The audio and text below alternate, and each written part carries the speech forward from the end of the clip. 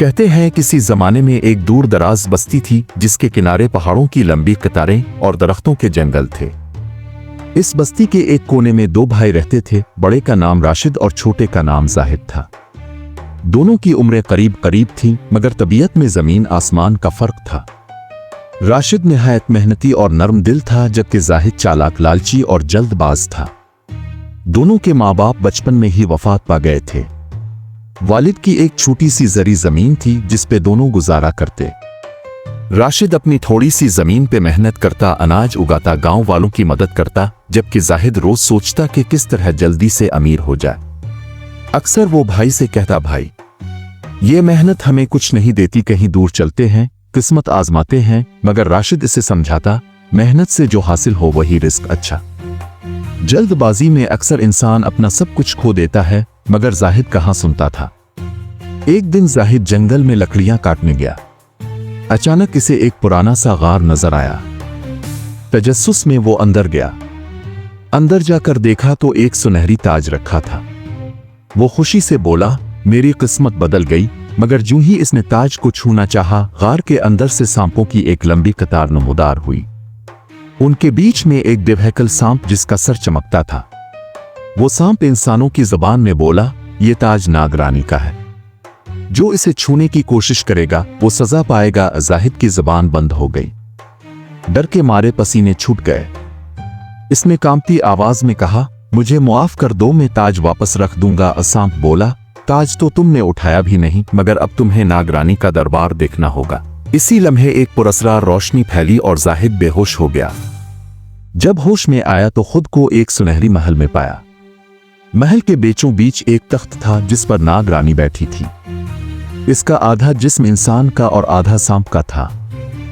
इसकी आंखें गहरी सब्ज थीं और लहजा नर्म मगर पुरस्कार था। नागरानी ने जाहिद को देखा और बोली, इंसान, तुमने मेरे खजाने को ललचाई नजरों से देखा। अब बताओ तुम्हारी नियत क्या थी? जाहिद ने कांपते हुए कहा, ए नागरानी, मैं गरीब हूं, बस दौलत की चाह में भटक गया। नागरानी कुछ लम्हे खामोश रही, फिर बोली, इंसान की फितरत भी अजीब है, जिस चीज पर हक ना हो इसे भी हासिल करने की कोशिश करता है। खैर, तुम्हें मैं एक मौका देती हूं। अगर तुम मेरे 3 सवालों का सही जवाब दे दो तो मैं तुम्हें अपनी बादशाहत का खजाना दूंगी। लेकिन अगर तुम नाकाम हुए तो हमेशा के लिए मेरे महल के गुलाम बनकर रहोगे। जाहिद ने जल्दी में हाँ कर दी। इसे लगा 3 सवाल किया मुश्किल होंगे। नागरानी ने पहला सवाल किया, वो क्या चीज है जो जितना तकसीम हो इतनी ही बढ़ती है? जाहिद सोचने लगा, मगर उसके दिमाग में कुछ ना आया। नागरानी ने कहा, सोचने के लिए सिर्फ 3 लम्हे हैं। जाहिद की पेशानी पर पसीना था। अचानक इसने कहा, मोहब्बत। नागरानी मुस्कुराई, सही जवाब। फिर दूसरा सवाल आया, वो कौन है जो जिंदा होकर भी मुर्दा कहलाता है? जाहिद को कुछ सूझ ना रहा था। दिल ही दिल में वो घबरा गया। आखिर इसने कहा, नहीं मालूम। नागरानी ने सांपों को इशारा किया, एक सवाल गलत। आखिरी मौका है। अब जाहिद की हालत खराब थी। तीसरा सवाल आया, वो क्या है जो कभी फरोख्त नहीं होता मगर सब खरीद लेता है? जाहिद ने दिमाग पर जोर दिया, मगर डर और लालच इसके दिमाग को बंद कर रहे थे। वो कुछ ना बोल सका। नागरानी ने ठहरी हुई आवाज में कहा, वक्त। ये वक्त है जो किसी को खरीदता नहीं मगर सबको खरीद लेता है। अब तुम मेरे गुलाम हो। अचानक जाहिद चीखा, मुझे एक मौका और दो। मेरा भाई राशिद बहुत अक्लमंद है, वो तुम्हारे सवालों का जवाब दे सकता है। नागरानी ने कुछ सोचा, फिर कहा, ठीक है, मगर अगर तुम्हारा भाई भी नाकाम हुआ तो तुम दोनों हमेशा के लिए कैद रहोगे। फिर एक सुनहरी नाक को इशारा किया और वो जाहिद को लेकर वापस जंगल पहुंचा जहां वो बेहोश पड़ा था। जाहिद दौड़ता हुआ घर आया। इसने राशिद को सब किस्सा सुनाया।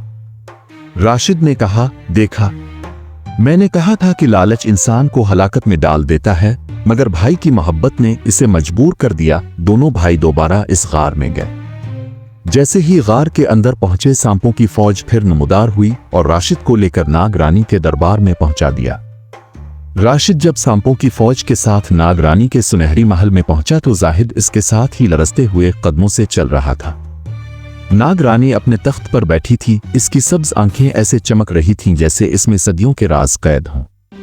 नागरानी ने राशिद को देखकर कहा, इंसान, तुम्हारे भाई ने अपनी नालायकी को तुम्हारे कंधों पर डाल दिया है। क्या तुम तैयार हो मेरे 3 सवालों का जवाब देने के लिए? याद रखो, जवाब गलत हुआ तो तुम दोनों के लिए यहां से वापसी मुमकिन ना होगी। राशिद ने सुकून से कहा, ए नागरानी, अगर मेरे इल्म से मेरे भाई की रिहाई मुमकिन हो तो मैं इस आजमाइश के लिए तैयार हूं। नागरानी ने मुस्कुराहट के साथ पहला सवाल किया, वो कौन सी चीज है जो बेरंग भी है और रंगीन भी, बेआवाज भी है और गूंजदार भी?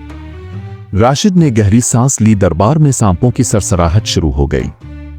जाहिद पसीने पसीने हो रहा था। राशिद ने कहा, यह इंसान का दिल है। बेरंग तब जब नफरत से खाली हो, रंगीन जब मोहब्बत से भर जाए, आवाज तब जब जज्बात बोले, खामोश तब जब सब्र सिखाए। नागरानी ने सर हिलाया। सही जवाब। जाहिद ने इत्मीनान का सांस लिया, मगर नागरानी ने अपनी सुनहरी उंगली बुलंद की और दूसरा सवाल पूछा, वो किया है जो जितना बंद किया जाए इतना ही बाहर निकलता है? जाहिद फिर बौखला गया। राशिद ने पलके मूंद कर सोचा और बोला, इंसान की सच्चाई जो जितना दबाई जाए वक्त आने पर जाहिर हो ही जाती है। नागरानी का चेहरा संजीदा हो गया। वो जाहिद की तरफ देखकर बोली, तुम खुशकिस्मत हो कि तुम्हारा भाई अक्लमंद भी है और दिल वाला भी। अब तीसरा सवाल सबसे कड़ा था। नागरानी उठी और तख्त से नीचे आ गई। इसका आधा सांप का जिस्म फर्श पर सरकता तो जाहिद ने आंखें बंद कर लें। आखिरी सवाल, वो किया है जिसे सब खोते हैं मगर उसकी कदर सिर्फ खोने के बाद समझ में आती है। राशिद ने आंखें खोली। एक लम्हे के लिए जाहिद की तरफ देखा। इसकी हालत से अंदाजा हो रहा था कि जाहिद खुद इस जवाब की जिंदा मिसाल था। राशिद ने धीरे से कहा, यह एतमाद है, जो खो जाए तो फिर दोबारा मिलता नहीं। नागरानी के होंठों पर हल्की मुस्कुराहट आई। दरबार में सुनहरी सांपों ने सर नीचे कर दिए। नागरानी ने तख्त पर वापस बैठते हुए कहा, इंसान, तुमने अपने इल्म से मुझे मुतासिर किया है। तुम्हारा भाई अब आजाद है मगर खजाना अभी बाकी है। क्या तुम चाहते हो कि खजाना भी ले जाओ? राशिद ने आजिज़ी से कहा, ए नागरानी, मेरे लिए मेरे भाई की रिहाई ही सबसे बड़ी दौलत है। मुझे तुम्हारे खजाने की कोई ख्वाहिश नहीं। नागरानी ने जाहिद को देखा। यही फर्क है तुम में और तुम्हारे भाई में। तुमने खजाने की हवस में अपना सब कुछ गंवा दिया और तुम्हारा भाई बेगरज होकर तुम्हें आजाद करवा रहा है। लेकिन कहानी यहां खत्म ना हुई। नागरानी ने कहा, तुम्हारी नेकी का सिला तुम्हें मिलेगा मगर तुम्हें एक आखिरी इम्तिहान देना होगा। राशिद ने चौंक कर पूछा, कैसा इम्तिहान? नागरानी ने अपने कमरे के पिछले हिस्से की तरफ इशारा किया। यह महल एक पुराने अहद की बद्दुआ में बंधा है। इस महल के नीचे एक कुनवा है जिसमें मेरी रूह का हिस्सा कैद है। अगर तुम इस कुनवे में जाकर सच्चाई की राह पर कायम रहो तो मैं तुम्हें अपनी बादशाहत का राज दे दूंगी। राशिद ने बिला जेजे का कहा, मैं तैयार हूं। जाहिद ने भाई का हाथ पकड़कर कहा, नहीं, अब मत जाओ, हम बस वापस चलते हैं। राशिद ने इसके कंधे पर हाथ रखा। जो रास्ता मैंने चुना है वही मेरे ज़मीर की आवाज है। चंद लम्हों बाद नागरानी ने सांपों की फौज को रास्ता दिया। वो दोनों भाई कुनवे के किनारे पहुंचे। कुनवा अंधेरा और गहरा था।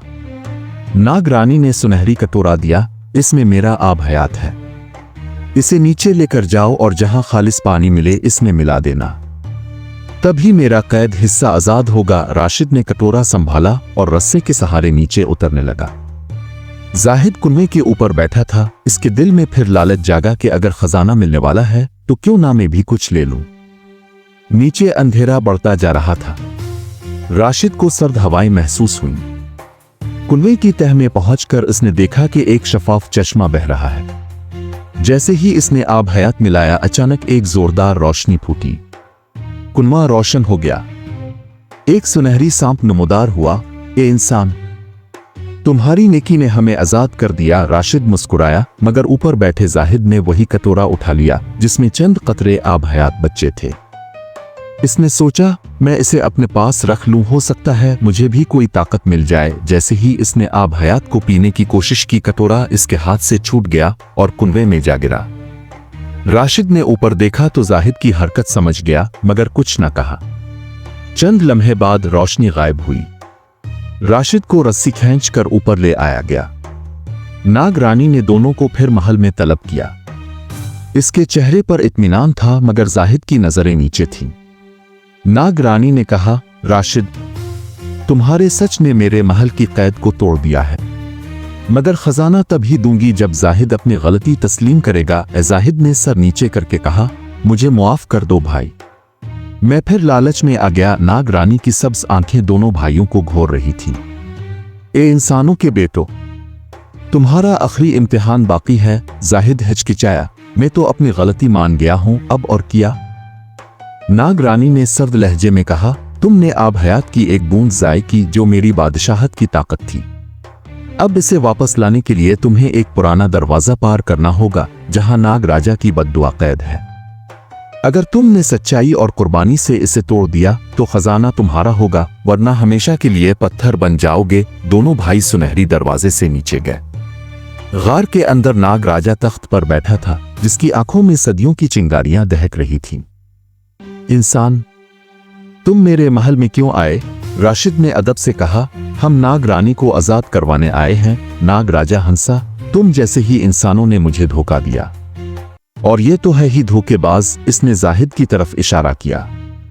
जाहिद खामोश रहा, आंखों से आंसू बहे। राशिद ने आगे बढ़कर कहा, वो खुद को बदल सकता है, इसे एक मौका दें। नाग राजा बोला, मगर बद्दुआ तोड़ने के लिए तुम दोनों में से किसी एक को अपनी सबसे कीमती चीज कुर्बान करना होगी। राशिद ने कहा, मैं अपनी जमीन कुर्बान करता हूं। जाहिद बोला, मैं अपनी आजादी।